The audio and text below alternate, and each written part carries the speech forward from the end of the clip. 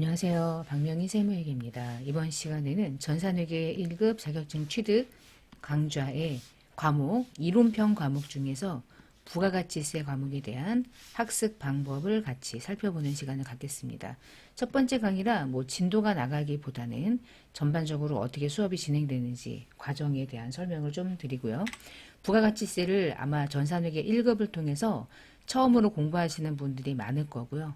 이 부가가치세가 어떠한 제도인지 그런 내용들도 좀 보고 교재와 관련된 안내도 좀 해드리고요. 자, 먼저 이제 26년도부터 제 채널에서는 전산회계 1급 강좌가 이제 두 강의로 나누어져서 여러분에게 제공이 됩니다. 무료로 공개 강의로 제공이 되는 강좌하고 베이직 멤버십에 가입하신 분들이 광고 없이 들을 수 있는 멤버십 강좌, 이렇게 두 강의로 나누어져서 강좌가 제공돼서요. 화면으로 조금 설명을 먼저 드리면 이미 재무회계나 원가회계에서 이미 보셨다면 킵하고 넘어가시면 됩니다.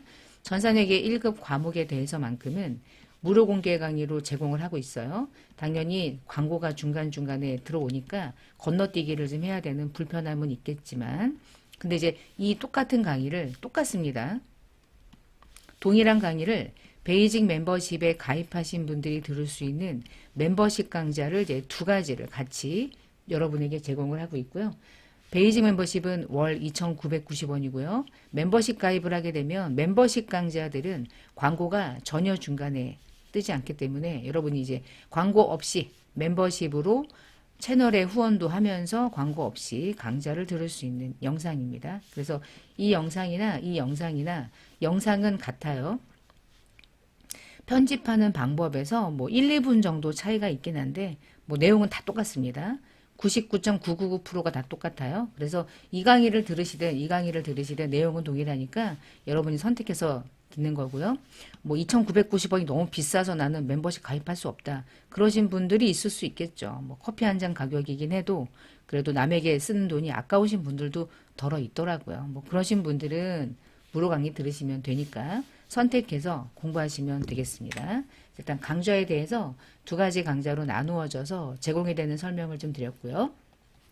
자, 26년도 이제 강좌는 부가가치세 같은 경우는 세법이 개정되는 강좌인데 26년이든 27년이든 그러니까 매년 이 모든 강좌들이 연도가 바뀌면 개정된 내용을 그대로 반영해서 여러분에게 제공하기 때문에 세법이 개정된 걸 그대로 반영하는 26년도 버전의 부가세 이론편 강좌이고요.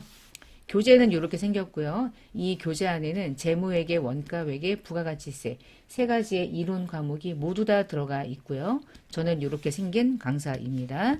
자, 그러면 교재를 어떻게 구입하느냐? 링크로 들어가면 여러분이 교재를 구입할 수 있고요.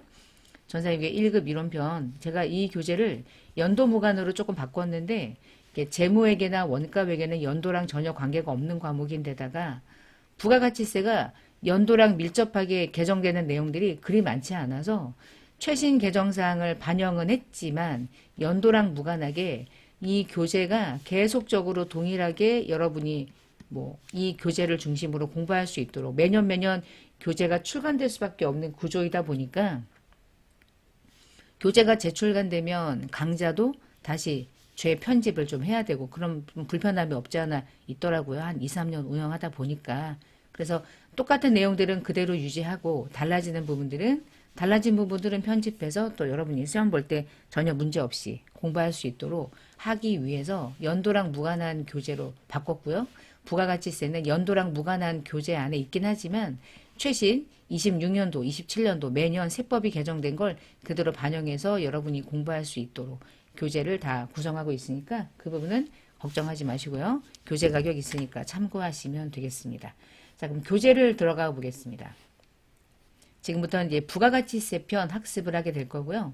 부가가치세는 전체 시험 범위에 어느 정도를 차지하게 되냐면 전산회계 1급 이론 시험이 제가 이제 앞에서 계속 설명을 똑같이 드리긴 했지만 재무회계 과목이 8문제가 출제되고요. 원가회계가 4문제가 출제되고요. 부가가치세 이론편이 객관식 문제란 3문항 정도가 출제가 돼요. 2점씩. 그러니까 6점이 몇 점이에요? 6점. 너무 코딱지죠? 너무 어떤 그 점수의 빈도가 아주 높진 않아요. 근데 이제 부가가치세는 이론편 객관식에서도 또 중요하지만 실무편에서 매우 중요합니다. 특히나 매입 매출 전표를 입력하고 뒤에 뭐 장부 조회할 때도 부가세랑 관련된 장부 조회가 영향을 많이 받기 때문에 매입 매출 전표에서 매우 중요한 영향을 미치고 부가가치세를 공부해야만 여러분이 전산회계 1급을 공부했다. 어디 가서 좀 잘난 척할 수 있다. 이렇게 생각하시면 되지 않을까 싶어요. 여러분이 자격증을 취득했어요.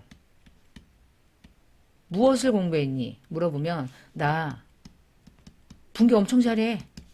제조기업이 원가 어떻게 계산하는지 알아.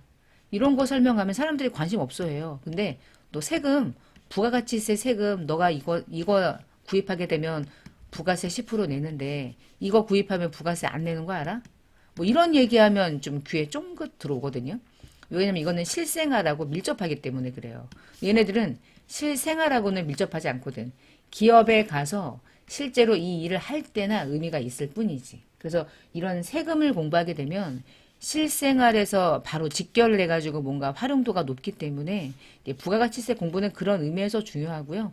부가가치세를 뗄래야 뗄 수 없는 삶을 우리나라는 살고 있잖아요. 10% 부가세 없는 면세 뭐 이런 얘기들. 그러니까 이런 부분들이 상당히 여러분이 공부하다 보면 큰 의미를 갖게 돼요.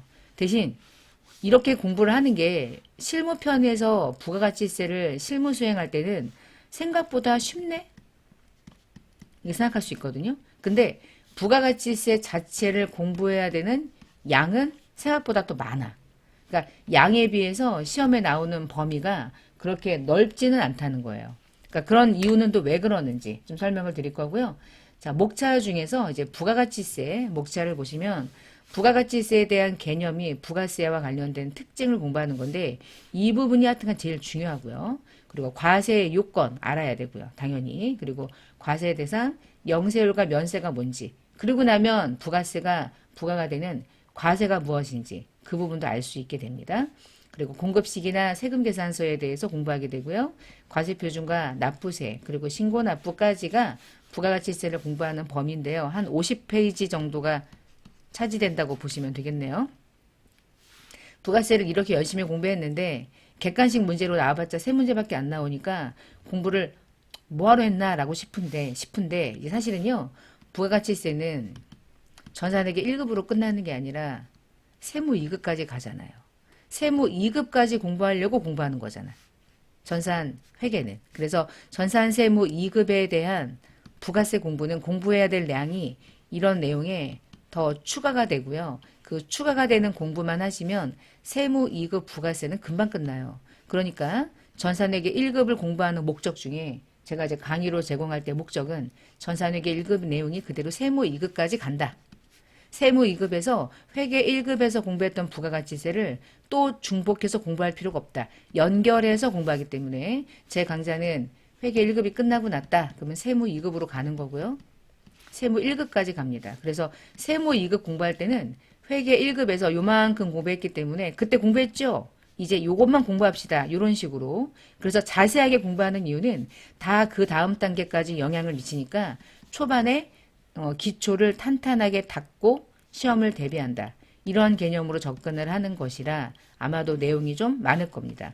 지금은 내용이 많지만 세무 넘어가면 이때 공부해두기를 잘했구나. 그렇게 생각하시면 좋겠어요. 그래서 제가 늘 말씀드리지만 단타로 나는 시험에 합격할 목적이다 그러면 제 강의하고는 안 맞으니까 다른 강좌에서 여러분이 다른 채널이나 뭐 다른 온라인 교육기관에서 공부를 해서 여러분이 원하는 시간 안에 시험에 합격하는 방식을 여러분 성향에 맞는 공부를 하는 게 좋아요. 그러니까 저는 하여튼간 뭐 내용이 좀 많으니까 잘 참고하셔서 시간이 좀 걸리더라도 탄탄하게 공부해서 나중에 세무 2급에서 내가 공부했던 내용들을 안고 그 다음에 추가적인 학습을 할 거야. 나는 자세하게 좀 공부할 거야. 상세하게 공부할 거야. 이런 생각이 있으신 분들은 제가 이제 강의로 제공하는 강좌들이 여러분의 성향과 맞을 겁니다. 전산회계 1급 자격증 취득 강좌의 첫 번째 OT 같은 개념의 학습 방법에 대한 설명을 드렸고요. 교재를 쭉 따라가시면서 공부하시면 부가가치세를 공부해서 손해볼 일은 없고 실무에서도 활용되지만 적어도 여러분이 살아가면서도 부가가치세를 모르면서 살아갈 수 없으니까 여러분에게 살아가면서도 나름의 조금이나마 약간의 그런 생각이 드실 거예요. 부가세를 공부했다. 내가 어느 정도는 세금에 대한 개념을 어느 정도는 구축했구나. 그런 생각도 하실 수가 있지 않을까 싶습니다. 자격증 취득을 위한 강좌이기 때문에 시험 대비상의 시험 대비하는 과목, 강의이긴 하지만 자, 그럼 이번 시간 전산회계 1급 이론편의 부가가치세 이론편 첫 번째 강의 학습 방법에 대한 설명을 좀 드리면서 이번 시간 마치도록 하겠습니다. 감사합니다.